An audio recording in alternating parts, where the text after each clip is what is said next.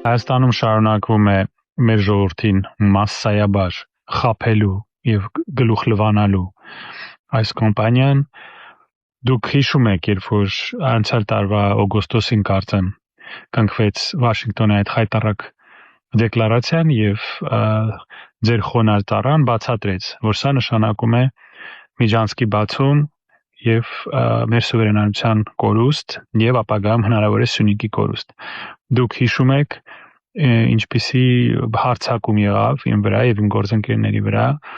այդ խմբայական, դուք գիտեք նրանք ինչպես են կառավարվում, իրենց խմբերով, WhatsApp-ով երևի կամ տեքստերով մեսեջներ են ուղարկում իրար եւ շակալների պես ցած խմբով հարցակվում են։ Դուք այդ հարցակումը հիշում եք, բավականին վախկոտ,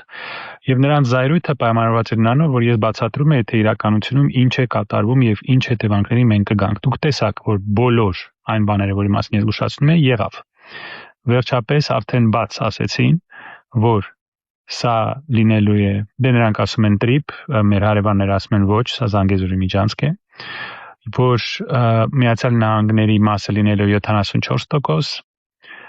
մերը 26%։ Այսինքն գոնե եթե լիներ 51 Հայաստան, 49 Միացյալ Նահանգներ, կարելի էր ինչ-որ վերահսկողության մասին խոսել։ Դուք տեսաք, որ սա միջանցք է, տեսաք, որ մենք զրկվում ենք վերահսկողությունից եւ տեսաք, որ նրանք անգամ թույլ չեն տալիս, որ մենք ստուգենք, թե մեր տարածքով ինչ է անցնում։ Հիմա մի քանի շատ տարական հարց։ Առաջին, արդյոք կարելի է խոսել սուվերենության մասին այս պայմաններում։ Իհարկե ոչ։ Խնդրում եմ նայեք, գնացեք ինտերնետ, նայեք, թե ինչպես է սուվերենությունը, ինքնիշխանությունը սահմանվում ՄԱԿ-ի խարտիայում, ինչպես են գրում սրա մասին, օրինակ, միջազգային հարաբերությունների միջազգային օրենքի մեծերը, Հյուգո Գրոցիուսը, Վատելը, ուրիշ շատ հայտնի հեղինակները։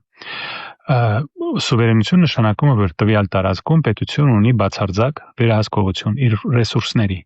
Այս դեպքում ինչ բացարձակ վերահսկողության մասին է խոսքը,